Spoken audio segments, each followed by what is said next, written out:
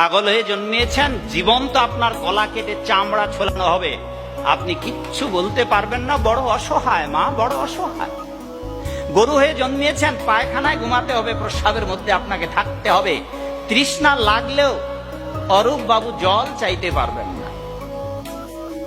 পুকুরের কই মাছ হয়ে জন্মিয়েছেন, আপনাকে উঠে জীবন্ত আপনার গায়ের আইস ছোলানো হবে, বটি কাটারি লাগে দেওয়া হবে, বলতে পারবেন না দয়া করে।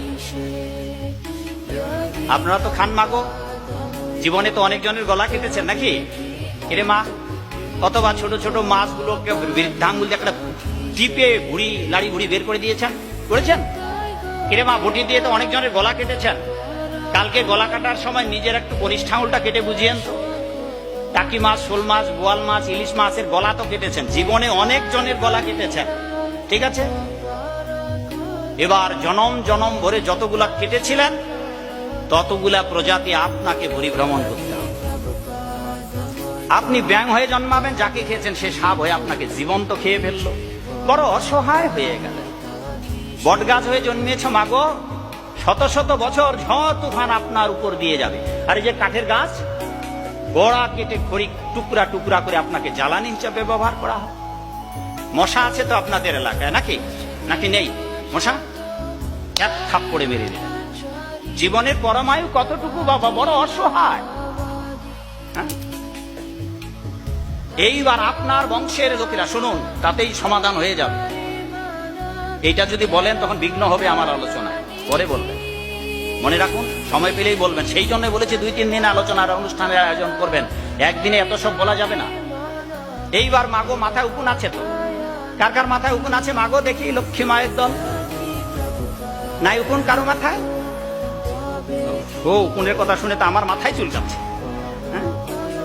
কিরে মানাই? ভাবছেন যে বাবা ভাগবত আসরে এইসব আরশোলা, তেলা পোকা, টিকটিকি, মশা মাছি, উকুনের গল্প, ওরে মা এগুলো আছে? এই যে আমি একজন ছোট লেখক, এই বইটাতে আছে। আপনার মাথায় যে উকুনগুলো আছে মা, ওগুলার অন্য কেউ নয় গো মা, হয় আপনার শ্বশুর, নয়তো ভাসুর, নয়তো বিয়াই। আপনাদের বাড়িতে তেলা পোকা, মশা মাছি, কুকুর, বেড়াল যা আছে সব আপনার বংশের, অধিকাংশ আপনার বংশের লোক। কারণ এই জগৎ সংসারে পাপকার্য করে স্বর্গ সুখ পুণ্য বলে আর পাপ বলে নরক ভোগের পর এই পৃথিবীতে আসছে তারা। আর এই পৃথিবীতে এসে আপনার বাড়ি, আপনার ভিটার মায়া ছাড়তে পারে নাই। এইবার ওরা পিঁপড়া, মশা মাছি হয়ে ওই যে 80 লক্ষ প্রজাতি ভ্রমণ আপনার বাড়িতে এসেই করবে। শুধু তাই নয়, তৃষ্ণার্ত হয়ে যখন কিছু খেতে পারবে না, আপনারা তো স্নান করেন বাবার সবাই, স্নান করার পর কাপড় নিংড়ান তো মা, নিংড়ানো জল আপনার পূর্বপুরুষদের, যদি আপনারা কৃষ্ণ ভক্ত না হন, যদি আপনারা পুণ্যকর্ম না করেন, বাড়িতে গীতা ভাগবত পাঠের আয়োজন না করেন, আপনার পূর্বপুরুষেরা আপনার বাড়িতে আসবে। আর কোনো কিছু যখন ভগবত প্রসাদ খাবার ব্যবস্থা করবেন না, তাদের উদ্দেশ্যে মহাভোগের আয়োজন করবেন না, তখন তারা তৃষ্ণার্ত হয়ে আপনাদের কাপড় নিংড়ানো জল অঞ্জলি বেঁধে খাবে। এ এক দুর্ভাগ্য বাবা। 2, এটাও যখন পাবে না, তখন মাগো আপনারা ঝাড়ু দিয়ে ঝেড়ে দেন তো, একটু আগে ঝাড়ু দিয়ে ঝাড়া হলো, এই ঝাড়ু দিয়ে ঝেড়ে দেওয়ার পর ঝাড়ুটা ময়লা হলে আপনারা ধুয়ে দেন, এই ঝাড়ুর জল খেতে হবে আপনার বংশের লোকদের। এটাও যখন পাবে না, আপনারা সকাল বিকাল হাত মুখ ধন তো আপনারা বাবা, হাত পা ধন না? হাত পা ধুয়ে যে জলটা পড়ে যাবে সেই জল তাদের চেটে পুটে খেতে হবে। আর এইগুলো আপনার বংশের লোক, বড় অসহায়। এই রকম নিদারুণ যন্ত্রণার মধ্য দিয়ে পূর্বপুরুষদের যেতে হয়। শুধু তাই নয়, বিশেষ বিশেষ তিথিতে আপনার বাড়িতে আপনার পিতৃপুরুষেরা, গোষ্ঠীর লোকেরা সবাই আসবে। যাদেরকে আপনারা উদ্ধার করতে পারেন নাই, তারা এসে আপনার বাড়ির যে ঘরের চাল আছে, চালের এই সাইজ ওখানে বসে থাকবে, ভোরবেলা আসবে, গোধূলি লগ্ন পর্যন্ত ওখানেই থাকবে। দেখবে যে আমার বংশের এরা কোনো ভালো কাজ করছে কিনা।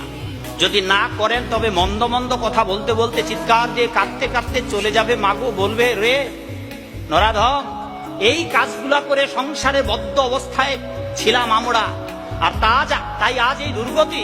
আবার তোমরাও ওগুলো করছো, তোমরাও সাধুদের কথা শুনছো না। ওরা হাউকাস করবে যে তোমরা কেউ গয়াধামে পিণ্ড দিতে যাচ্ছ না, আমাদের বংশে আজও কেউ গোবিন্দের ভক্ত হচ্ছে না। কি দুর্ভাগ্য আমাদের। এই বইটাতে সব লেখা আছে।